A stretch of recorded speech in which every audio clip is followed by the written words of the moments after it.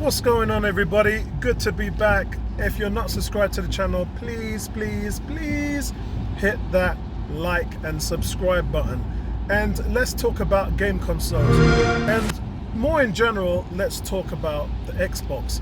Now, the Xbox is going to have their game event on the 23rd of July, and I cannot wait for that.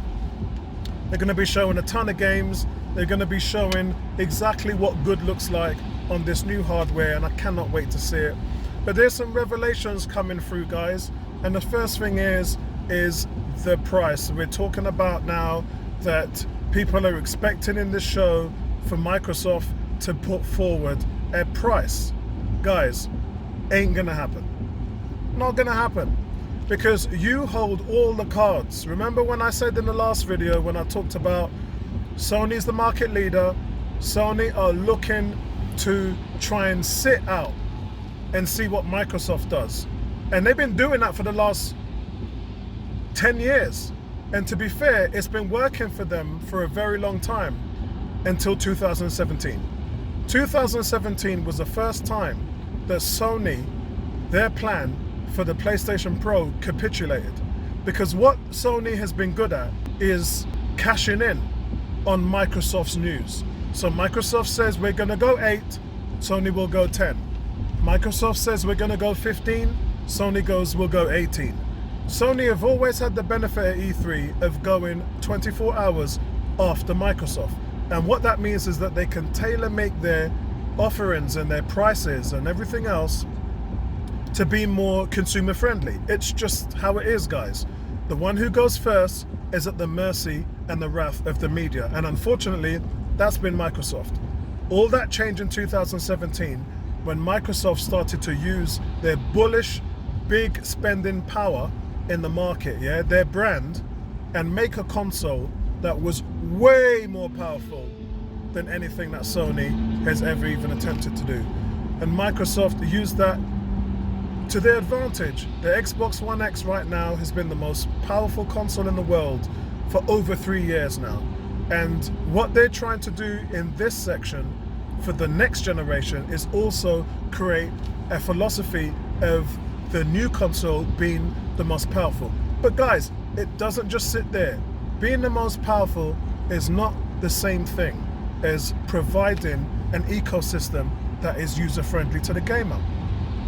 So there's two things that are going to change here. Number one, Microsoft will explicitly sit behind Sony and wait for Sony to launch their price, and do to Sony what Sony did to them in 2013, when Microsoft came out and said, our Xbox One with Kinect is $499. Sony the next day came on stage and said, our PlayStation is going to be $399. So you've then got a situation where you're selling a console that is $100 less, and of course gamers just flock to it. Yeah, Microsoft don't want to be in that position again. And it was a bit difficult then, because Kinect was using 10% of the power of the console, so they were underpowered and overpriced, and that's a recipe for disaster. What you've got now is a console that is well made. Yeah, we all know that the Xbox One X, Xbox Scorpio, is well built, way better than the PlayStation Pro. PlayStation Pro sounds like an aircraft taking off, yeah? Whereas the Xbox sounds like a slumber in bed. It sounds like an electric car. It's just quiet. So I love the build quality. Microsoft are definitely making better consoles as far as the hardware goes. More power, more eco-efficient, and more quiet. So one has to see where this is going to go right now. Microsoft is going to come out and they're going to have an offering that is going to be well priced, more powerful console, and then let's switch to the most important thing, guys, their games. Now, I know some people weren't happy with Microsoft's games because they didn't have a plethora of games in terms of first party support that Sony did, you know, God of War, Horizon, Spider-Man, etc. But what Microsoft did have is they had their native IPs. Remember, there is no console better on first-person shooters than an Xbox. Let's call it out where it is. Yes, Xbox suffered with a lack of games, but Gears of War and Halo are continually the standard how first-person shooters are run by. And Forza Racing has been the best racing game for over 5 years now. It isn't Gran Turismo. So they have those IPs which work very well for them, which Sony can't really compete on. So they'll continue to do that. But the one reason why people enjoy Xbox consoles, and the biggest reason, is first-party games are not really driving the market. Yes, it's great that Halo or God of War and Spider-Man sell 10 million copies, but the likes of Call of Duty, FIFA, Madden, Destiny, all these games sell well within 20, 30 millions. GTA 5, you can include in that, Red Dead Redemption. And what we saw in the last 3 years was people might moan about Microsoft don't have any games, but what Microsoft has is the best platform to play all your third-party games. Yeah? When I look at Red Dead Redemption, Destiny, all games in 4K, native, real 4K graphics.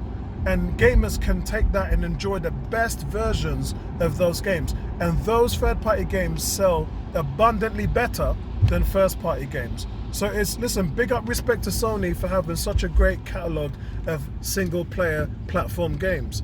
But the strength in the market has always lied in first-person shooters. Those Halo-type games, those Gears of War, those Destiny, those Call of Duties. If you have an Xbox console, you can play all 4 of those games, yeah, on one console. If you have a PlayStation, you can only play Call of Duty and Destiny, because the PlayStation, when it comes to first-person shooters, is bang awful. And that's just the truth, guys. Look, I call it as it is. Yeah, yes, Microsoft has a lack of quality first-party games, but yes, Sony has terrible choices as far as first-person shooters, which is the reason why Destiny's done so well on the platform. Because when it comes to shooters, it's practically the only real game that they can play outside of Call of Duty. So guys, listen, calling it out where it is, software is going to be a big change to the Xbox brand. And I'll tell you 2 reasons why. The first reason is because Microsoft have brought on 15 first-party houses, which are currently crazy and mad at work to bring you some exciting new first-party IP. But it's not just that. We're hearing now that Microsoft are in the middle of an acquisition of Warner Games.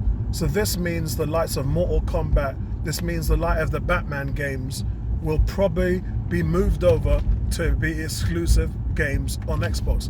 And why that makes sense is because, look, Sony has their brand games. Sony also has Spider-Man.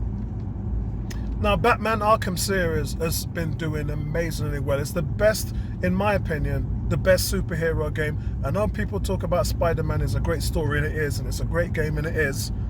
It's sort of like an Uncharted version of a superhero game. But me, I'm a big Batman Arkham fan, and I enjoyed the game. Again, it's not a kiddie game. It's not like this Marvel. Yeah, let's keep Marvel and the Disney thing right in the corner where it belongs, because there's no adult themes there. Yeah, the only adult theme game that they've got there is Deadpool, and it wasn't a very good game. But the Batman games are R-rated, and these games kick ass, and they are serious tone games with a lot of psychological thriller type involvements in the game, which makes them really dynamic and makes them sell really well. And if Microsoft was to have that DC Comics license exclusively to their platform, that is exactly what they need in order to drive sales. And look, it's nothing short of what Sony's doing. Tit for tat, guys. Yeah, what's good for the goose is good for the gander. So I think with all this being said and done, along with xCloud, along with Game Pass Ultimate, along with all these different things, I think Microsoft are in a really good place right now. So I can't wait to see what happens when this conference happens on the 23rd of July. Microsoft are going to come out with some big hitting news, guys.